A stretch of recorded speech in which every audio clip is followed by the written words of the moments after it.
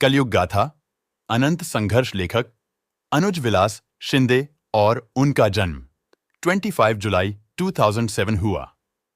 Chapter 1।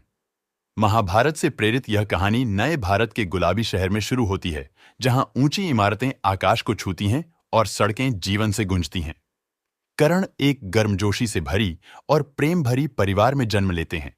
उनके पिता स्थानीय स्कूल में एक सम्मानित शिक्षक और मां एक समर्पित गृहिणी जो उनके घर और पड़ोस की देखभाल करती है, कर्ण को ईमानदारी, दयालुता और साहस के मूल्यों को सिखाते हैं। छोटे से ही उम्र में कर्ण को अपने चारों ओर की दुनिया की जिज्ञासा थी, खासकर उन कहानियों की जो उनके पिता ने शहर के इतिहास के बारे में सुनाई थी। ये कहानियां अक्सर चुनौतियों के बारे में थीं, जैसे कुछ लोग स्वार्थी होते हैं और दूसरों की मदद नहीं करते। इनसे प्रेरित होकर कर्ण का सपना था कि एक भविष्य में सभी खुशहाल और न्याय संगत रह सकते हैं। कर्ण बड़े होने के साथ साथ उन्होंने शहर में अन्याय को भी ध्यान देना शुरू किया। कुछ धनवान लोगों के पास बहुत कुछ था, जबकि बहुत से लोग संघर्ष करते रहते थे। गरीब और कमजोर लोगों के प्रति उनका दिल बहुत कुछ महसूस करता था, जो अक्सर बिना किसी की मदद के कठिनाइयों का सामना करते थे। कर्ण के सबसे अच्छे दोस्त रिया और संजय उनके साथ चीजों को बेहतर बनाने की उनकी भावना को साझा करते थे। साथ में उन्होंने स्कूल और अस्पतालों को सभी के लिए सुधारने जैसे महत्वपूर्ण मुद्दों पर बातचीत करने के आयोजन किए।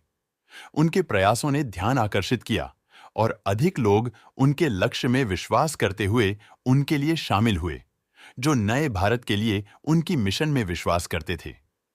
इसी बीच अनुज की जिंदगी में कठिनाई थी।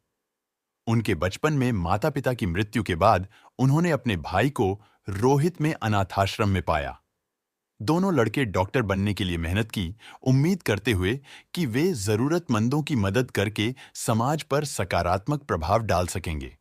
हालांकि दुर्भाग्य से जब रोहित को अवैध अंग प्रवाहन का दोषी ठहराया गया, शक्तिशाली लोगों ने अपने अपराधों को छुपाने के लिए उसे फ्रेम किया और भय में रोहित ने अपने बचाव में अनुज को गलत तरीके से दोषी साबित किया। यह धोखाधड़ी अनुज के विश्वास को टूटने पर लाई और उसे अलगाववादी और गुस्से का सामना करना पड़ा। दुर्विक्रम एक चालाक व्यापारी जिसके एम्बिशियस प्लान्स थे, उन्होंने शहर की बढ़ती हुई अशांति में एक अवसर देखा।